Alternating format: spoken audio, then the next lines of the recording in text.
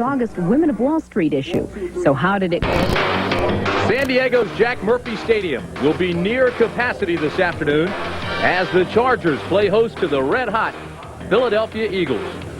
There are as many as 8 teams in the NFC right now who could make it to the Super Bowl with a few breaks. And as you look at the NFC East, one of them is the Eagles. And good afternoon, everybody. I'm Tim Brandt.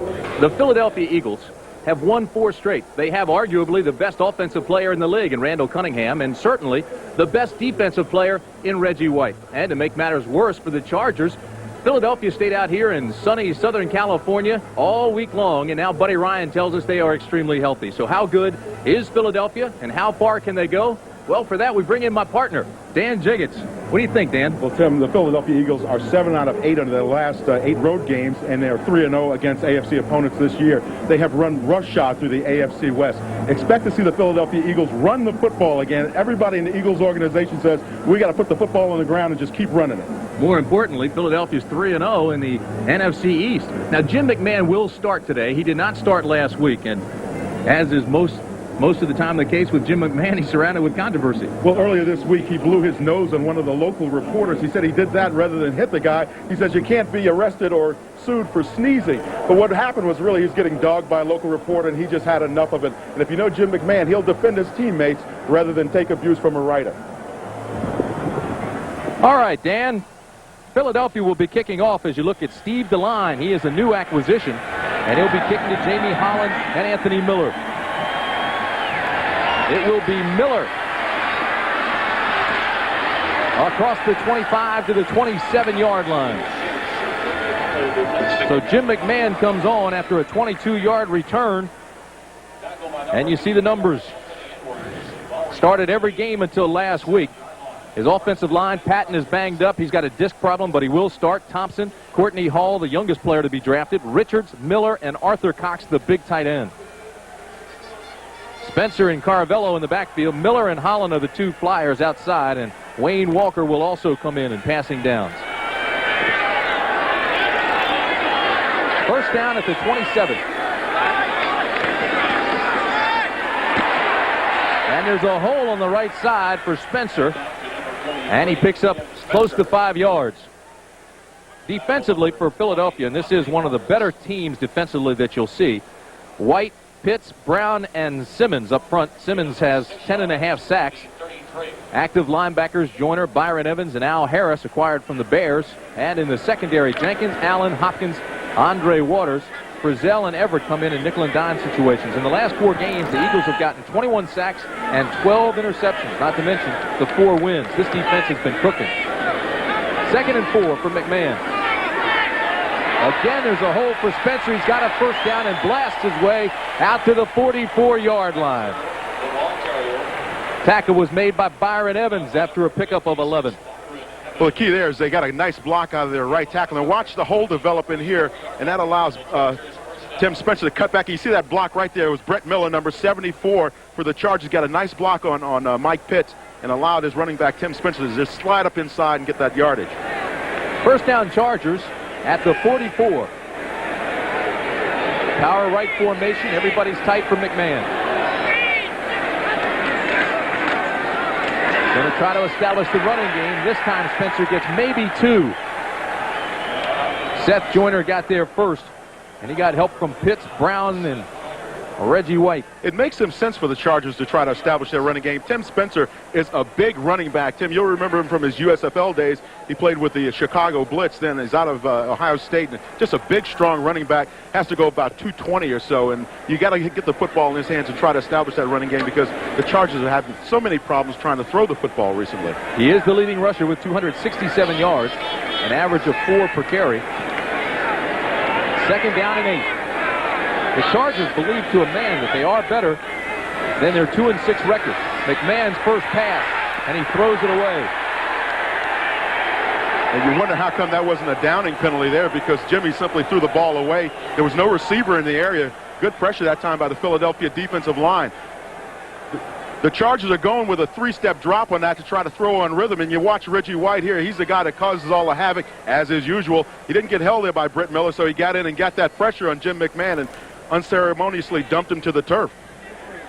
Actually, great play from the middle, not only from Reggie White there that you see, but also from Pitts and Brown, who got penetration and made McMahon, after his 3 steps, pull it back and then look to the right. 6 defensive backs now for the Eagles on 3rd down and 8 at the 46. McMahon has the first down. It's complete to Anthony Miller.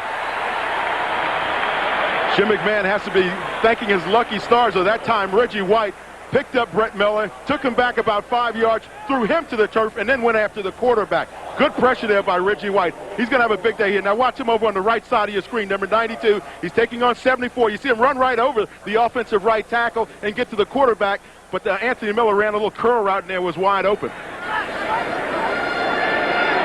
The Chargers have had problems scoring, no question about that. It's first down at the 44, and McMahon has them moving.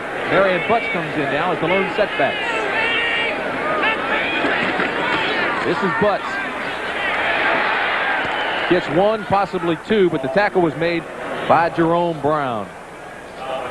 And one of the things that Buddy Ryan likes to do with his defense is he will allow you to move between the 20s. It's always kind of been his way. He doesn't like to do it, but he will allow you to do that against his defense. But when you get down in that red zone area, that's when they really tighten up. You see a little bit more blitzing then. But historically this season, the Eagles have not been blitzing as much because they find themselves getting in one-on-one situations coverage-wise, and they don't like that.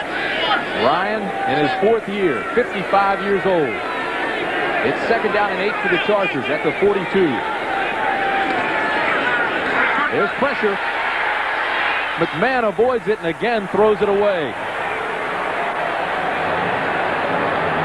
That's experience there. The pressure came from Mike Pitts. One thing you have to think about when you talk about this Philadelphia defensive line, everybody always says Reggie's the guy. Reggie's the guy putting the pressure on, but it really goes all up and down that line. Mike Pitts is doing a sensational job inside, as well as Clyde Simmons on the other side, who has 10.5 sacks, as you mentioned earlier. So it's not always one star that shines in the universe. There's a whole bunch of them up there. And when you look at that Philadelphia defensive line, that's why they're one of the best in the National Football League. Sammy Lilly comes in defensively along with William Frizzell as Philadelphia goes to 6 defensive backs on 3rd down and 8. Here it comes again. McMahon steps up in the pocket, has the completion. Inside the 20 to the 19-yard line. The catch was made by Anthony Miller. A gain of 22, and Miller is the leading pass receiver. McMahon caught him in a little zone coverage that time. Watch Seth Joyner. Watch the linebackers kind of drop back and settle in that zone. Anthony Miller's going to beat the zone and then slide inside, avoiding Andre Waters there. And just right in between the zones, right in the seam, that's where you want to be, and that's where Anthony Miller found himself. 30 of the Chargers' 47-man roster have come to San Diego since 1988. You saw the numbers on Miller. Marion Butts remains in as the lone setback. But that's been part of the problem with this Charger team. So many new bodies, new players, haven't meshed together yet. Arthur Cox drops that one, and it was right there for him. Tried to run Arthur on a little pick outside, slight delay there, and try to fool the outside linebackers. They were in the 46 defense, the Eagles were. Arthur is a load. 270 at the tight end position. That's a tackle, misguided as a tight end. He has 12 catches, 2 touchdowns this year. 2 touchdowns in the last 3 games, if you want to be more specific. Dan Henning, the 8th coach of the Chargers, 47 years old, former San Diego quarterback, former head coach of the Falcons. It's 2nd down and 10, the ball at the 19. Little delay, Butts gets a block. Forces his way inside the 15 to the 14-yard line, but when he went head-on with Joyner, Joyner won. You know, that time the Chargers ran that counter trade. Now watch these backside linemen pull. The key there is Joel Patton's got to come back up in here along with his running back if this play is going to be successful. You see the down blocking there. Now the 2 big linemen pulling around. Broderick Thomas out front gets a good block on Reggie White. But see if the back stays in tight of Marion, then that allows the play to get downfield. You got to stay in tight on that play. You can't go wide. 3rd down and 5 at the 14. Dana Brinson comes in now for the Chargers. McMahon underneath, complete to the 10. It's Joe Caravella, the H-back. Acquired in the Plan B free agency from Washington. He too is big at 270 pounds. His 9th receiver.